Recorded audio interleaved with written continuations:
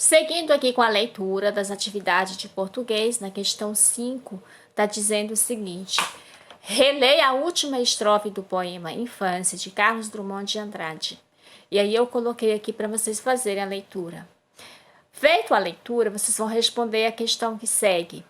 Nessa estrofe, que palavra o eu lírico utiliza para referir a si mesmo, para fazer referência a si mesmo? Então, vocês vão só observar qual é essa palavrinha e escrever aqui nesse espaço, certo? Na atividade acima, você observou que o eu lírico utilizou uma palavra para fazer referência a si mesmo. Essa palavra pertence à classe gramatical dos pronomes. Então, o que são pronomes? Pronomes são palavras que substituem, fazem referência ou acompanham substantivos e outros nomes, tá? Aí nós temos aqui uma tira onde está havendo um diálogo entre o Armandinho e seu pai.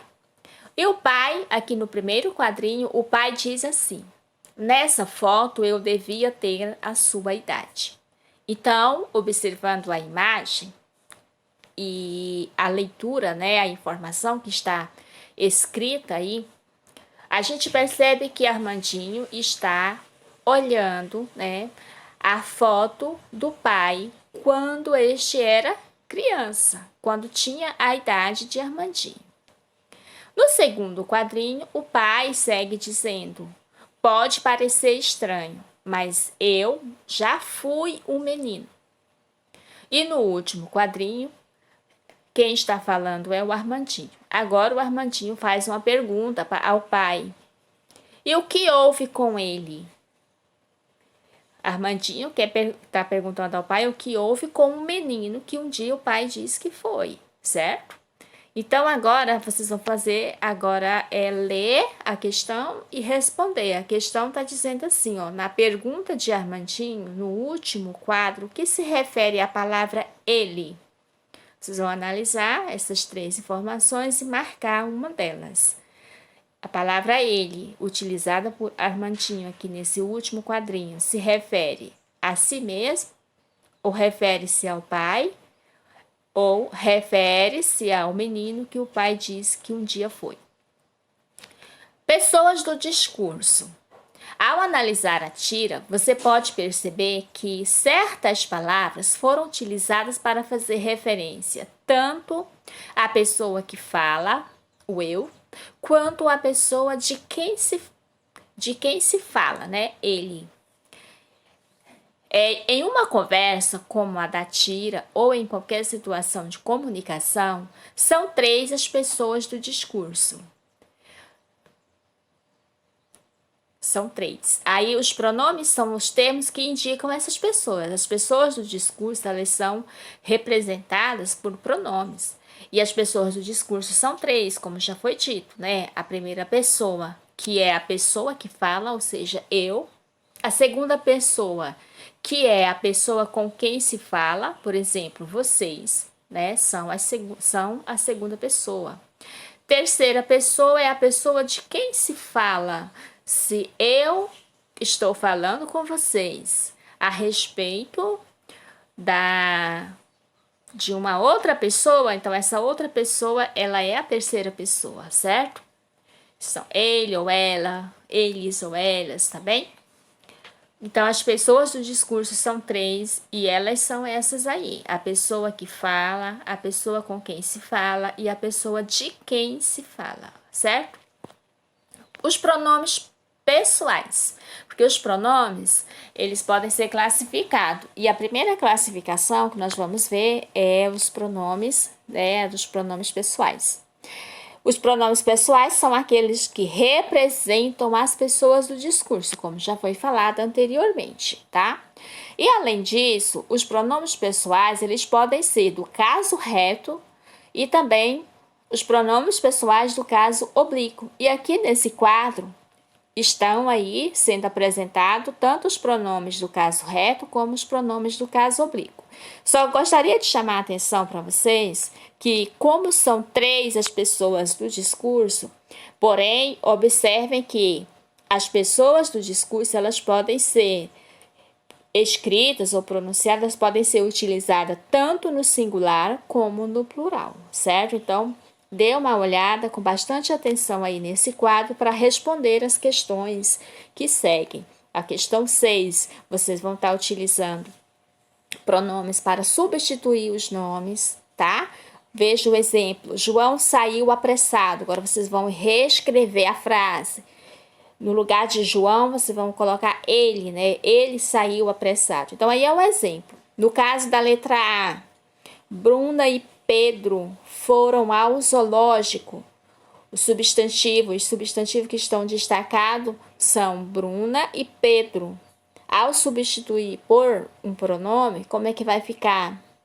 Eles, não é isso? Eles foram ao zoológico. Vocês vão escrever aí nessa linha, nesse espaço aí na frente, tá? E assim vocês vão fazer também na letra B, na letra C, D e E. Vai substituir os substantivos por pronomes, tá bem? Na questão 7, vocês vão completar aí o espaço, né, nas frases A, B, C e D, ou com os pronomes ou com eu ou com mim, tá bem?